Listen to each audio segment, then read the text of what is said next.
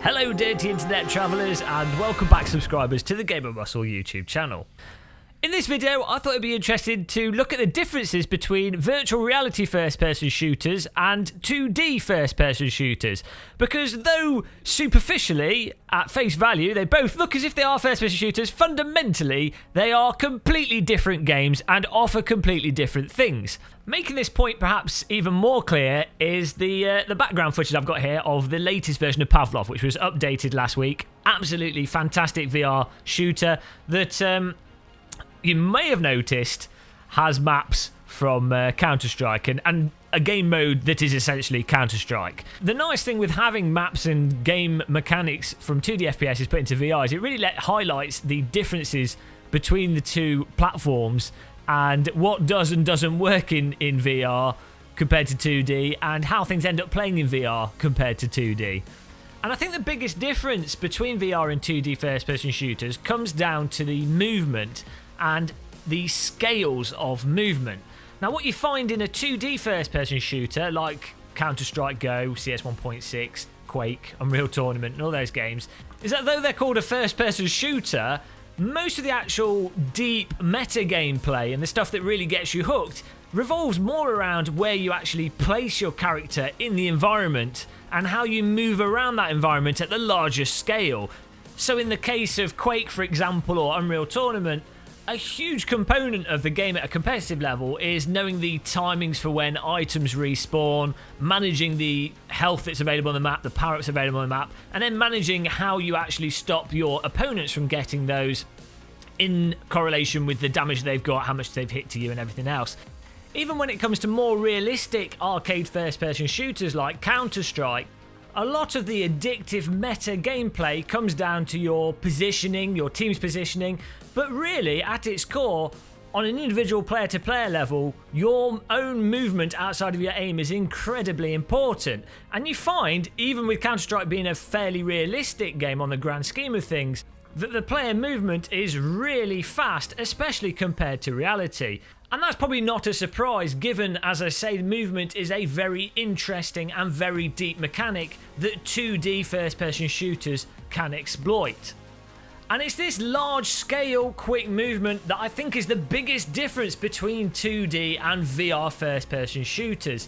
What becomes really apparent the moment you do play VR shooters is that the resolution of the gameplay that's happening in your immediate vicinity in terms of how you use the guns, how you aim the guns, how you reload the guns, how you use cover, your player's tracking actually being centimetre perfect to your head movements in the environment, all that stuff is just on a completely different level of fidelity to what you would get in a traditional 2D first-person shooter. But you also find in VR games that the overall movement is just really clumsy compared to the movement that can be achieved using WAS and D on your keyboard and a mouse to rotate at 300 miles per hour. Now another really big difference between VR and 2D shooters is the aiming mechanics and how that works. And in order to understand the differences, we're going to really have to sort of take things back a level, because 2D shooters have become the norm. It's actually quite hard to think about them in terms of what a 2D shooter actually is when it comes to the aiming and shooting in a 2D shooter. Obviously, from the gameplay perspective, when you're playing a 2D shooter, it feels like you're actually in the game to some extent and you're aiming a gun and shooting a gun. But the reality is, as a player, you're moving the input device, typically a mouse, unless you're crazy and play Counter-Strike with a steering wheel. Only idiots would do that. But if you're using a mouse, you're moving the mouse over a 2D plane, which then effectively moves a cursor on screen that when is over the top of a pixel that resembles a pixel of an enemy that you want to shoot, you then click the mouse button and that enemy will be shot. Now, of course, in the case of Counter-Strike and many modern first-person shooters, the game will have additional mechanics in that you have to keep in mind the recoil of the gun. So as you click, the gun will move the cursor on the screen, which you then have to respond to by dragging your mouse down or down to the left and to the right, or whatever jiggery pokery the specific game you happen to be playing encourages you to do. But fundamentally, though it's a very simplistic way of shooting compared to the reality of shooting and using a gun, it's incredibly satisfying. It's very rewarding once you actually start to master it, and when you have mastered it, it's relatively easy to replicate those skills that you've mastered, again making it a very satisfying and enjoyable experience. If you're good at the game. If you're terrible at aiming with a mouse, then it's just depressing and you wonder why you spent so much time in your life doing it.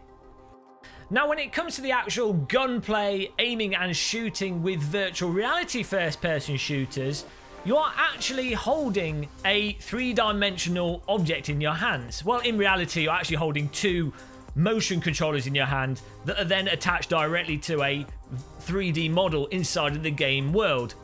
But fundamentally, you're holding onto a 3D object that you have three-dimensional control of in all degrees of motion.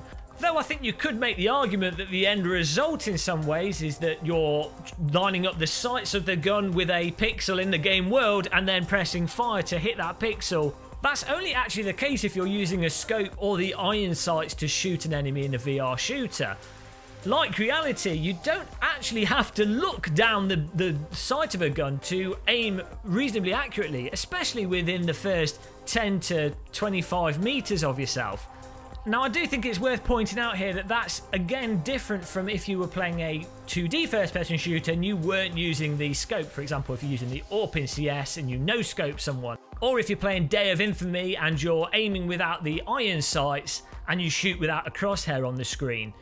In both those cases, sure, it's some ways more analogous to real-world aiming without a crosshair, but ultimately it is again very simplified and quite abstract, though very effective, from the real-world act of aiming a gun, whereas the virtual reality equivalent is very similar to the real-world action of aiming a gun.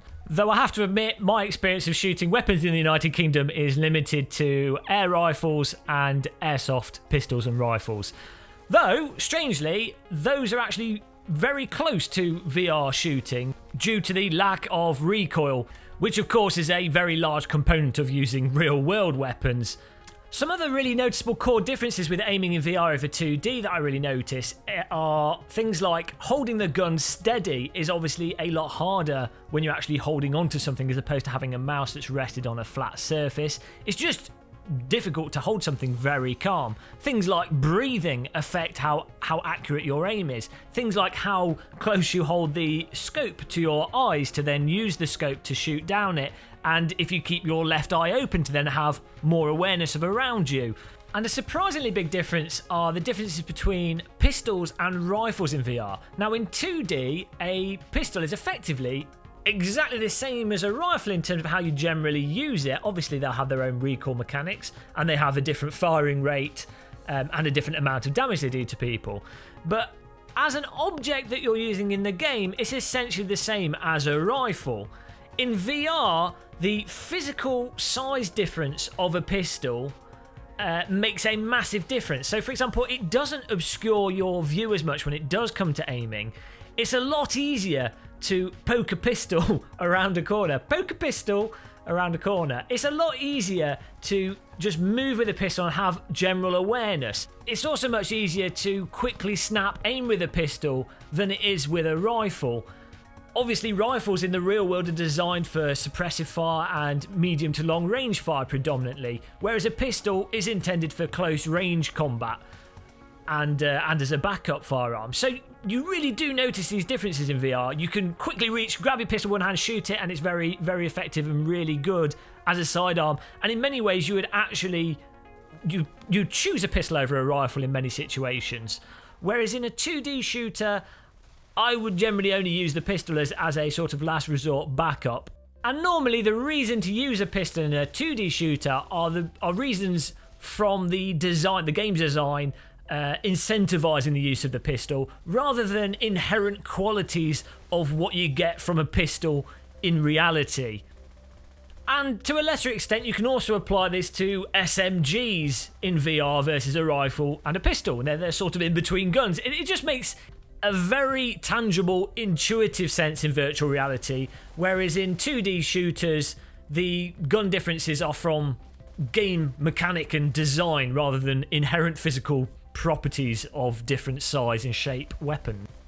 Ultimately though, what you get with VR first-person shooters and the full three-dimensional aiming is something that's just a lot deeper, a lot more complex, and a lot more nuanced than what you could ever get from a mouse input 2D first-person shooter. And again, a big difference in terms of the actual gameplay is that stuff tends to happen on a smaller scale. So when you're using cover, you'll have situations where you're just ducked behind a box, but you lift your gun over the top of the box and try and pop off some shots like an out-of-control gangster.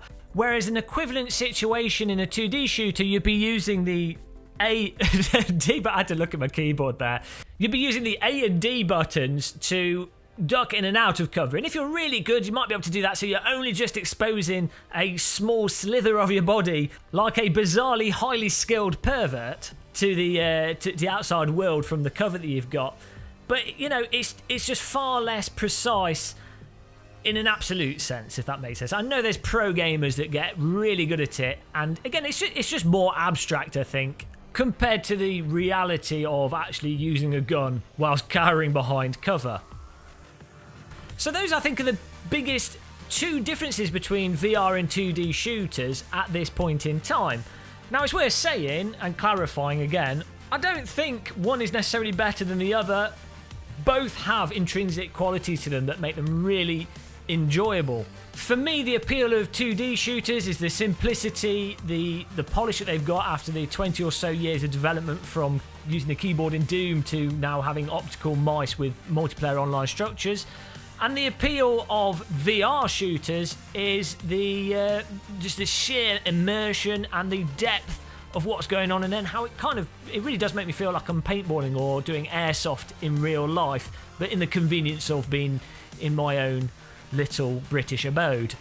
I guess to add to the realism of VR to being like real world paintballing, I could just throw buckets of water at my face, eat a really horrible cheap hot dog with too much mustard on it, and jog on the spot a bit more, and effectively don't even need to do real world paintballing anymore. So all in all, I hope you guys found that interesting. We'll do more videos like this if people are interested in this. I don't normally talk about the specifics of games design in our videos. I don't know why. Maybe people are interested in looking deep into the underbelly of the beast. But I think there's lots of interesting topics we could cover. Let me know in the chat. This is not a live stream, I keep doing this. Let me know in the comments underneath the video what you'd like to see, and if you did find it interesting. Don't forget to subscribe. Those of you that do subscribe will instantly rank up in your favourite FPS, 2D FPS, and will gain instant higher accuracy and breath control for VR FPSs. So there's no excuse, just click that subscribe button. Tea time for me. Until the next video, which will be uploaded very soon. Thanks for watching, everybody. And take care. Goodbye. Oh yeah, get PAVLOV, it's bloody good.